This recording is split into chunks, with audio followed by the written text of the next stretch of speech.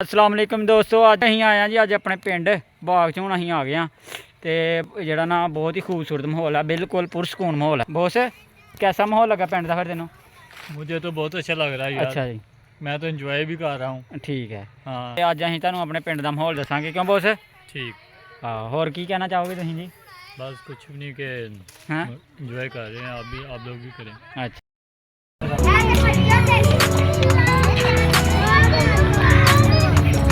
चाटे